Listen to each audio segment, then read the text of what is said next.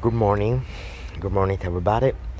Welcome to the theater of the Rhapsody, the Melody Broadway Theater. We are in this moment in Venice. I was very moved this morning because I received a message from a dear friend, Linda Parodi, who asked me, "Where have you been? It's more than 1 month I don't hear from you. I don't even read you on Facebook." Well, indeed it's true. I'm very, very busy because running a theater, even a theater on board the ship, is difficult. Trust me, it's very difficult. I work in the morning, work in the afternoon. I work in the evening at the late evening. And even if we do not perform operas, we have to know that we do short shows, but in two separate sittings, because the theater is not so large to welcome all the guests on board. Therefore, we do first sitting, second sitting. But if you mind that we have to be on stage and backstage at least 1 hour before, and then there is the first sitting on the show, then there is a pause, you have to relax a little bit, there is the second sitting on the show, and then of course you don't go too bad with the makeup on. Therefore, trust me that I enter the theater around 6 p.m. and I get off at midnight at least. So it's a very, very hard and busy life.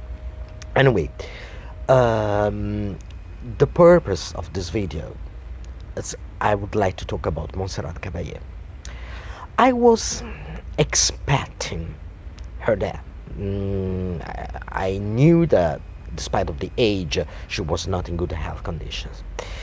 But as I told many times, even about Tebaldi, about Sutherland, about the singers, when an opera star dies, what do we lose?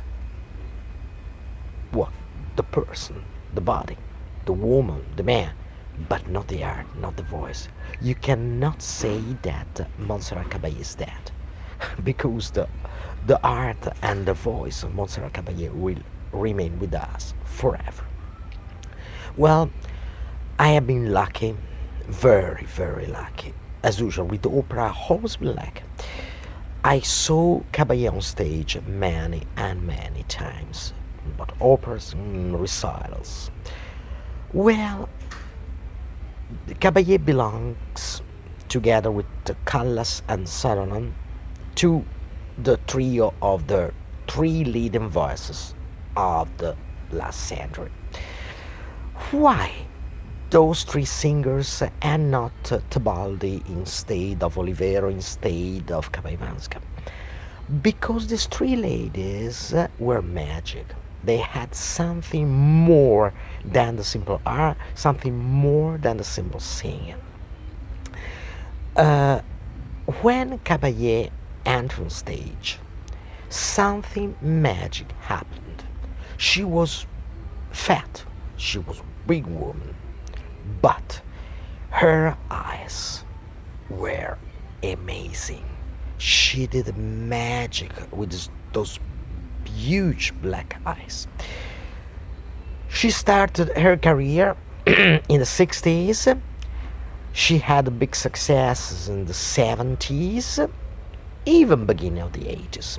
Then, soon after the scandal of the Anna Bolena La Scala, 1992, where she was forced to leave the production, in Italy, but only in Italy, pay attention, there began this fashion of mocking about Caballe, talking bad about her, criticizing whatever she did, and so on. It was a stupid, ridiculous fashion, but many, many people, many journalists joined this kind of funky caravan against Caballe.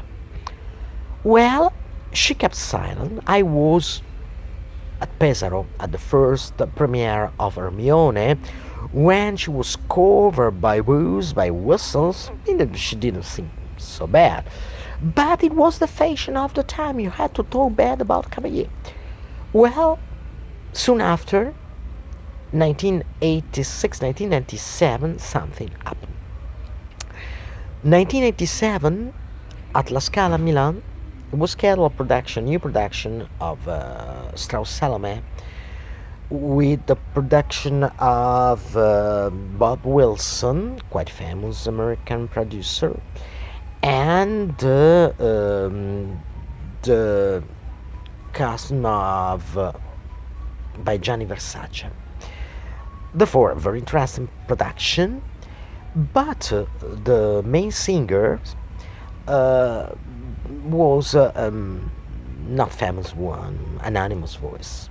Well, this poor lady fell sick the day before the premiere, and mysteriously, quite mysteriously, La Scala called Caballé a few years after that big scandal, and she didn't accept.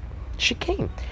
Nobody was believing that. You can imagine Caballé back to La Scala after such a huge scandal. Well, I was there. I was at La Scala that night, that single night, because only one performance, and I really many times been asked about that legendary night. Caballé gave one of the most important performances of her whole career. Her Salome was perfect, far better than the recording, far better than in the recording. She was in a vocal shape, really not not so often I heard Caballé sing in that way. She was absolutely perfect. But not only that, you see, when an artist is a special one, when you think to the character of Caballé, when you think of the opera, the Dance of the Seven Veils, how can such a huge woman, fat woman as Caballé, dance and recreate on stage the character of Salome? Well, she had beautiful black and white gown, and she remained black on stage. At her left side and right side, there were two dancers. One was completely dressed in red, the other one completely dressed in white. The white one represented the good, and the red one the bad. And they began to dance around her, and she just watched at one and then at the other, representing the character of Salome, which is in her middle way between the good girl, which is just 16, 17 years old, and the bad girl, which is longing for the revenge, for the blood of Saint John the Baptist. And she just moved her hands and moved her eyes, the beautiful eyes. And trust me, I since that night, when I think of Salome, when I think of the character of Salome, I think of Caballé. I will never for sure, I will never see such a huge, amazing, astonishing performance. Caballé left me a cut here in my brain. I will never forget. After that night, of course, the fashion of Mockingbird Caballé fell down completely, and the opera lovers restarted loving her, and soon after, another big appreciation of her art was the recording of Norma Frodecca together by Sutherland and Pavarotti. Her Adalgisa, next to an amazing John Sutherland, which still was a wonderful Norma. I saw Sutherland in Norma that very year on stage, and she was still Sutherland. Her magic was still impressive, her voice was still impressive. And Caballé and Sutherland recreated a version of Bellini's masterpiece, which still nowadays is a source of discussions and disputes among the opera lovers. Caballé was fantastic. Caballé was a singer which will never die. It is forbidden to say that Caballé is dead. Her beautiful voice, her mastery, her technical, her knowledge.